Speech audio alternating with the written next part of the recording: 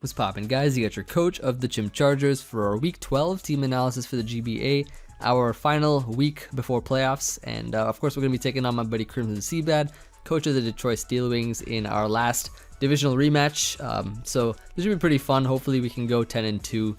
We unfortunately lost last week due to a nice circumstance of Quick Claw, so I might have to bring Quick Claw to the playoffs. You already know I might have to bring that and see if we can stunt with that, just like Gio did. But yeah, so this week, of course, we are going up against a team that is consisting of Jirachi, Suicune, Thunderous Incarnate, Mega Beedrill, Donphan, Cofagrigus, Infernape, Vullaby, Lycanroc, Dusk, Tangela, and of course Kangaskhan, regular Kangaskhan. So this should have already appeared to your right. It is actually the same team that we faced. I think it was week 5 if I'm not mistaken, so no changes to his team, which means that I didn't really feel like changing my team as well. I brought the most optimal team last time that I played him, which was the first time, which was week 5 I think. I brought the most optimal team, but the best sets that I possibly could, I guess you could say, for that week. And I didn't really want to change much because no matter what he brings, I feel that even if he tries to counter team us, I feel like we have just the best matchup overall versus him with the team that we brought last time. So I didn't change too much, but I changed a couple sets here and there, very, very small changes, I guess you could say. But we'll see. I'll show you guys what I got here. So going into it, of course, I figured that because Tapu Koko and Raichu put in so much work last time, we got to bring them back again. Koko Raichu core going on here with the electric terrain. So we have Tapu Koko, which is the same set that I brought last time. It has enough speed to outrun Thunderous Incarnate, so I think it's really the fastest thing it can outrun naturally. And we can run a Modest Nature too with that because Koko has naturally good speed, so that's nice there. So we have T-Bolt Volt Switch, very nice versus his team. So the thing about his team, right, is that he only has a Donphan for an electric immunity and a Tangela for an electric sponge. And because of that, his team gets pressured a lot, especially with some of my other Pokemon. Like for instance, Kyurem Ice Beam will pressure a lot of his team, especially the ones that resist or are immune to electric type attacks. So Koko Raichu is just the most ideal bring in this kind of scenario.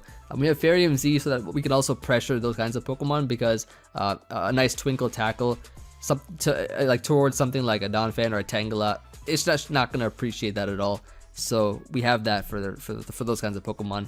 Roost for the longevity, T-Bolt Volt Switch, of course, for the nice electric spam in the terrain.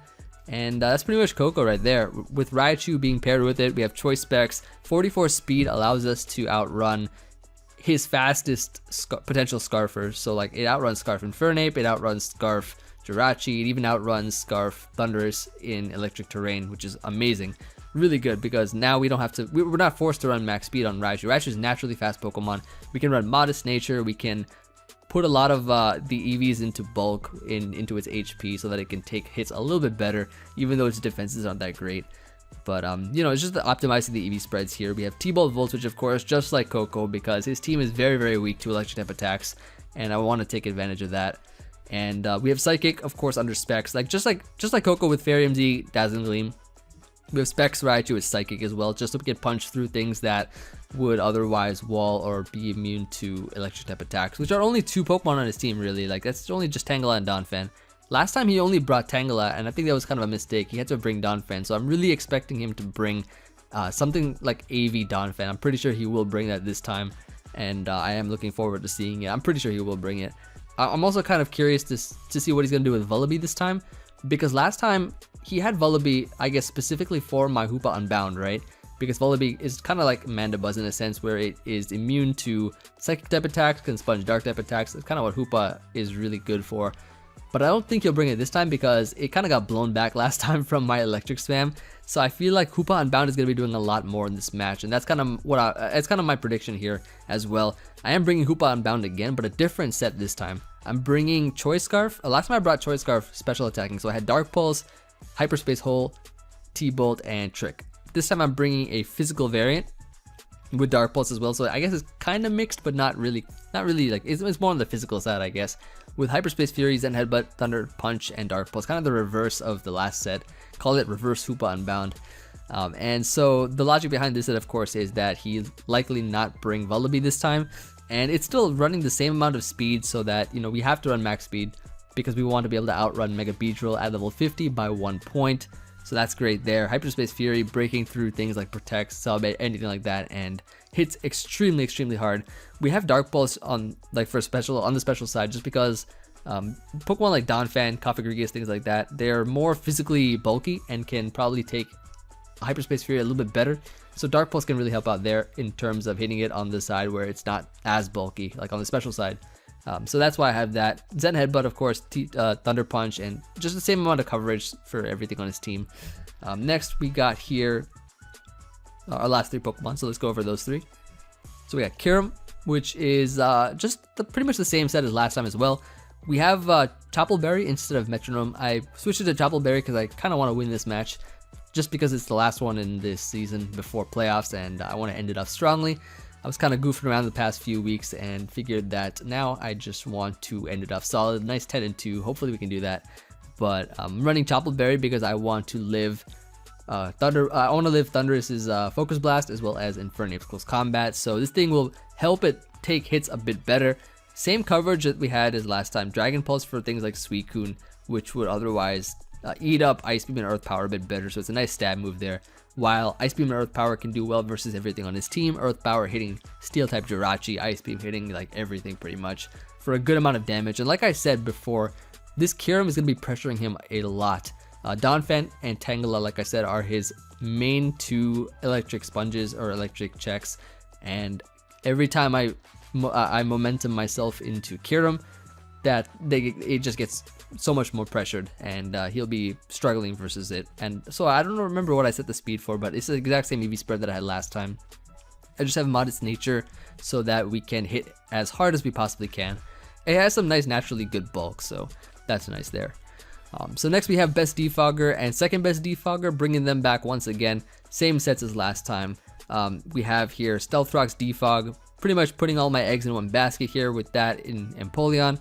Gligar, of course, having that utility role, knocking off things that have Violet or any kind of item like Scarf, while also being able to pivot and be great in checking electric type attacks and ground type attacks, being a good sponge to physical attacks from Infernape, from Beedrill, from I don't know, like Lycanroc, Kangaskhan even, I guess, physical Rachi maybe, can tank hits really well, and has a lot of bulk there. Of course, Empoleon being great versus his Suicune, being able to roar that out if it's sub-Calm Mind or Calm Mind Rest or anything like that. He can't really do Rest because of the fact that we have electric terrain, so that's going to be tough for him to pull off. We have a Shuca Berry.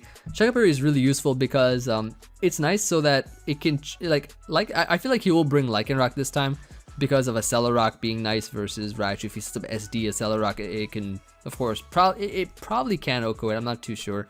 Haven't checked the calcs yet. But yeah, I want to be sure that I don't get swept by like Lycanroc or something. So having a Shuca Berry can help check that because of the fact that he'll likely run Drill Run on it with Stone Edge, the Celorock SD maybe. So that can help out there. While Gligar is just a naturally good sponge to everything that it has. Of course, provided we're not weakened and he is not set up yet. So we have Rocks and Defog, which is of course what it's all about. And Empoleon is great because it can actually help a lot versus Donphan as well. Having the Shuca Berry can help it get up rocks or get rid of Donphan as it tries to get rid of our rocks. So like I think Empoleon is going to be the superior form of Hazards or Hazard Control. Definitely planning on getting up rocks this match because it can really help out Raichu in the long run, I guess. So that's going to be the team. I think I don't really have much else to say. I feel like he was just going to bring maybe some similar mons to the last time with the inclusion of Donphan in replacement of something else.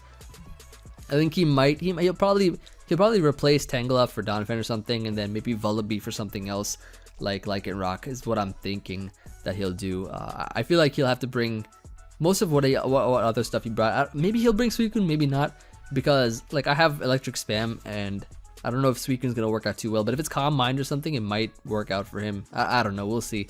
But yeah, that's gonna be it for me. Let me know what you guys think. Of course, it is our final week right before playoffs, so I'm hoping that we can win this and end it off strongly. And that's gonna be it. So I will see you guys in the battle going up tomorrow, 24 hours from this video, 4 p.m. Eastern Standard Time.